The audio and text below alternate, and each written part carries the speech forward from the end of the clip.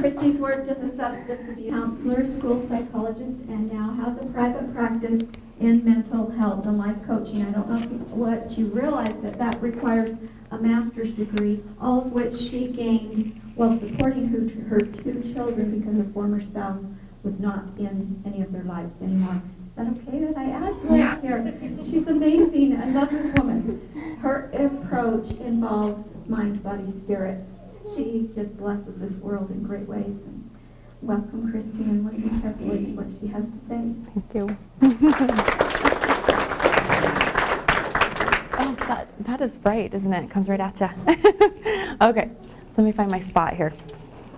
So I'm going to share a little bit about why this happened. And first of all, I've got to tell you a little bit about my favorite holiday. So if you'll go to the next slide, you'll see that it is, we're kind of assuming this is all about Christmas, but this is about Thanksgiving, really. This is where this was inspired. And the reason that this is my favorite holiday, partly, it's always been one of my favorites because it's about abundance, and we've learned a lot about our thinking. And when we think abundantly, amazing things happen. It's about gratitude, and I just couldn't have a better segue with what Larissa was sharing about appreciation. And it's about family, another great segue there. So I'm looking at Thanksgiving doesn't just happen on one day. It's an entire month. And that's why things lined up the way they did, because today is November 1st.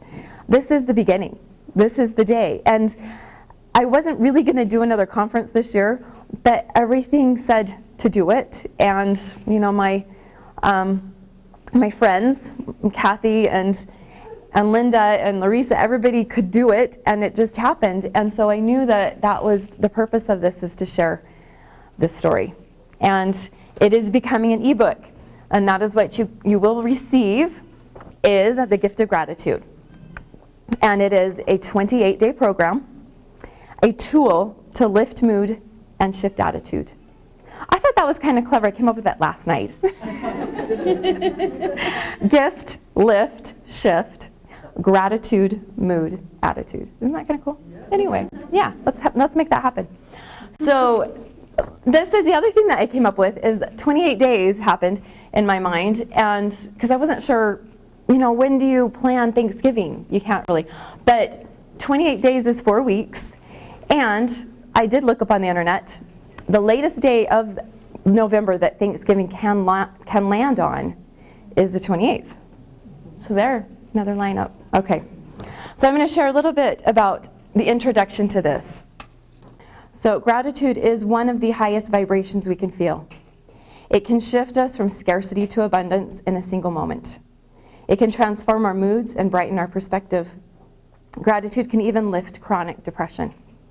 So this is where this comes from, 1999. My divorce was final in 1999, I think. Might have been 98. No, it was 99. How about this? Okay. I experienced chronic low-grade depression for the majority of my life. So I had started this pattern of dysthymia. If you're curious about what dysthymia is, ask me later. But it's a low-grade depression when I was a child. And by age 35, I had learned what did not work. Medications weren't a solution for me, nor were geographical cures or getting out of an unhealthy marriage. I found that the depression I had and had experienced since childhood persisted despite extensive efforts in 12-step programs and self-improvement programs. I was recently divorced and had suffered a second major relationship loss just a few months before I attempted this exercise. I was struggling with major life changes, including single parenting of 2 young children. That's interesting Linda decided to share this. Attending graduate school and moving into a new home, all in this 1 year. I had many reasons to be under stress and to dwell in the residual grief of loss. But as a result of my diligence to seek solutions, I had learned a principle that I chose to try that fall.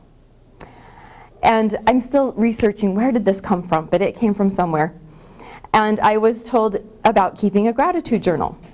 So I decided I was going to add a little twist to that and start this. And the idea was to keep it through November in preparation for Thanksgiving. And so I started writing my gratitudes based on the number of the date. So on the first day of November, I wrote a single heartfelt thank you. On the 2nd of November, I wrote 2. On the 3rd, I wrote 3. And I used themes, and I had fun with the numbers. And the week of Thanksgiving, I decided to add up and look at how many gratitudes I had found.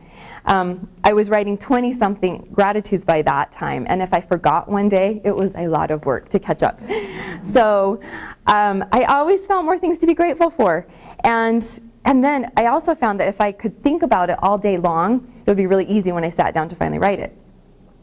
But it began to change my focus. And on Thanksgiving Day, I counted my gratitude statements, and I had over 320 different things, people, and events in my life to be grateful for. Well, by the end of November, I discovered I was happier on a deeper level than I had ever experienced. The joy was real and not fleeting. I found the happiness and new outlook and internal change persisted even beyond November, past December and even through January. The winter was typically my hardest month. I had a bit of seasonal depression and was the worst time for my low moods. I lived in an area that was cold and dreary. That's Cache Valley, by the way. And the lingering effects of my gratitude journal, however, brought me inner sunshine. As the winter turned to spring, I realized I had experienced a miracle in my life.